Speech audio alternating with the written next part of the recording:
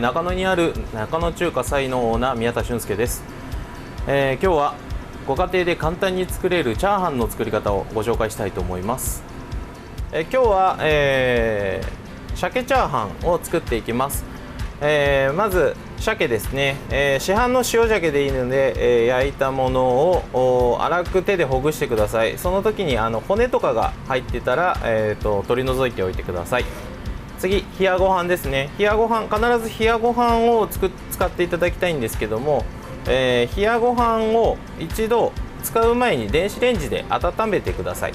これがちょっと後で説明しますけどポイントになってきます。次、卵ですね。卵も、この量に対して卵を2個使います。卵も1個ずつ割りほぐすような形になりますので、これも後で説明いたします。あとは薬味類ですね。大葉は、大きめの色紙切りですね。生姜は細かいみじん切りで、青ネギは、小口切りになります。はい、ではチャーハン作っていきます。まず冷たいフライパンにサラダ油大さじ3杯入れます。そしたらここに生姜のみじん切り入れます。はい、でこの段階で初めて火をつけます。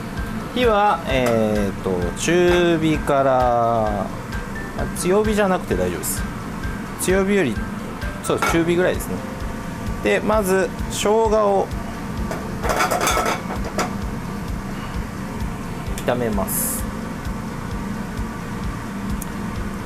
で油の温度が上がってきて、生姜の周りがプツプツ泡立ってこう香りが立ってきたらどんどん音がしてきます。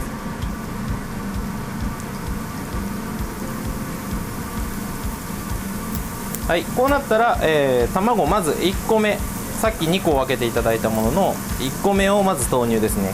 はい、入れます。入れたらすぐに混ぜます。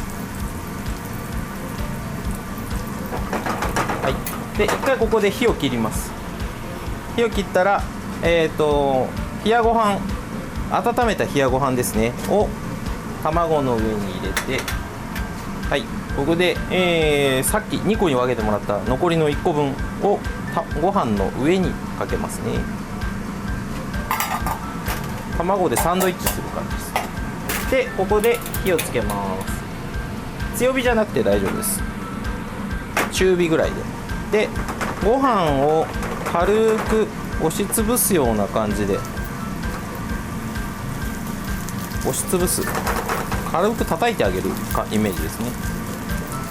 で触れたらこう鍋振っていただいて構わないんですけど、別に振る必要もないです。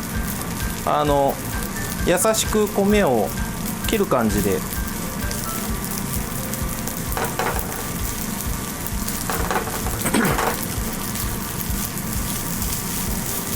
で塊のところを軽くゴムベラで押さえてあげる。これだけでもうだいたいパラパラにはなってきます。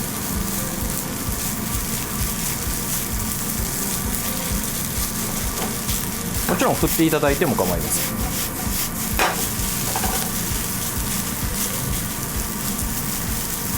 で、生卵がある程度ご飯にコーティングされて卵に火が入ってきたら、ここで鮭、さっきほぐしてもらった塩鮭ですね、はい、入れます。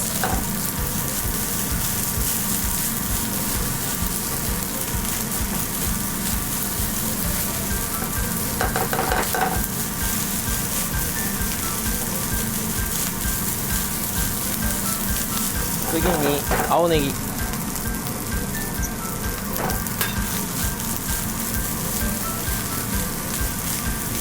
れます。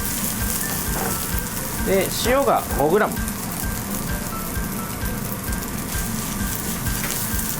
胡椒を少々、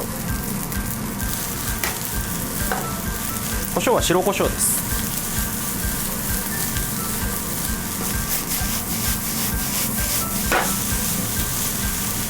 でここで隠し味なんですけど、オイスターソースをほんの少し、これでコクが出ます。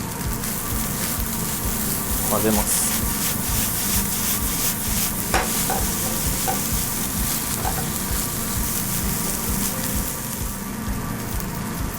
ご飯を鍋肌に広げて、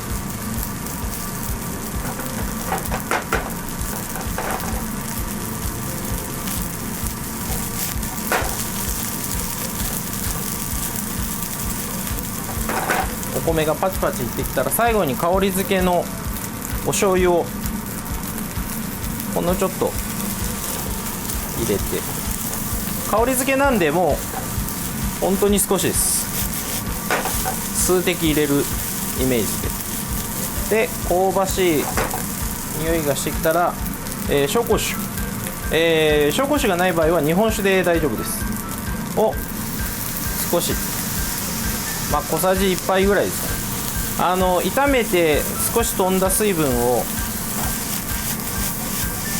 お酒で補ってあげる感じです。最後にお酒入れることによってお米がふっくらします。はい、で火を止めて、最後に、大葉とごまですね。大葉は香りが飛びやすいので、火を止めてから最後に和える程度で。